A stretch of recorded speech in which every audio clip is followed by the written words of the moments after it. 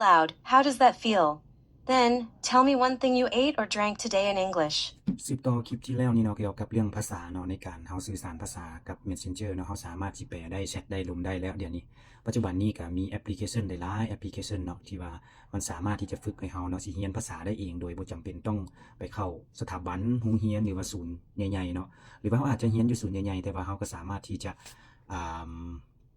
ฝึกด้วยตัวเองได้เนาะเพราะว่าการที่เฮาไปเรียนอยู่ศูนย์ใหญ่บ่ใหญ่นั้นโอกาสที่เฮาจะได้เว้าโอกาสที่เฮาจะได้ล้มมันก็มีน้อยเนาะแต่ว่าถ้าว่าปัจจุบันนี้เนาะมันมีเครื่องมือที่ว่ามีที่เป็นประโยชน์หลายเนาะสามารถล้มกัน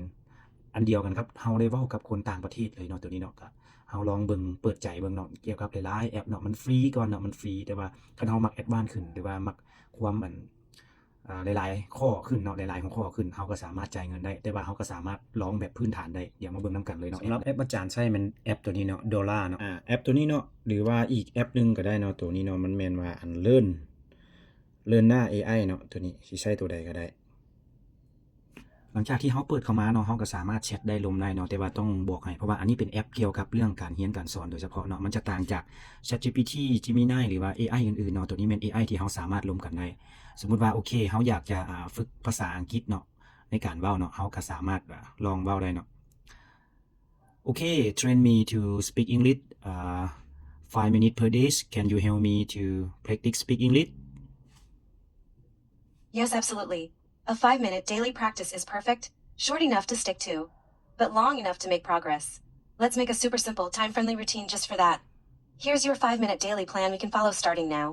1. Minute 1, greet me out loud. 2. Minute 2, tell me one thing you did today in 2 to 3 sentences. Say them aloud as you type. 3. Minute 3, I'll teach you a common spoken phrase plus how to pronounce it. 4. Minute 4, repeat the phrase 5 times out loud. Let me know if it feels natural. 5. Minute 5, ask me one question in English. First, do minute 1, say your greeting out loud. Then type it here. Go. My name is Tik. You can help me the topic for speak English every day. Having daily topics makes practice way more fun and focused. Here's a list of simple, daily topics we can cycle อั through. นนี้ก็เป็นทางนึงเนาะในการเลือกในการเรียนรู้เฮาสามารถเรียนได้คิดว่าทุกคนก็คือสิมีโทรศัพท์ทุกคนหลายคนเนาะบ่ว่าเด็กน้อยผู้ใหญ่หยังก็มีบ่เนาะยังเหลือแต่ว่าเฮาต้องการที่สิเรียนรู้บ่แล้วก็ต้องการที่จะนำใช้บ่เนาะเพราะว่าโดยพื้นฐานก็เจ้าให้นำใช้ฟรีแล้วเนาะและเฮาสิให้เวลากับมันได้ส่าใดถ้าว่าเฮามีเวลากับมันเนาะคิดว่าบ่เกิน3เดือน6เดือนเนาะสามารถได้ดีเนาะเพราะว่ายุคสมัยนี้เป็นยุคสมัยที่ว่าสามารถที่จะเฮ็ดเองได้เนาะสำหรับคลิปนี้เนาะก็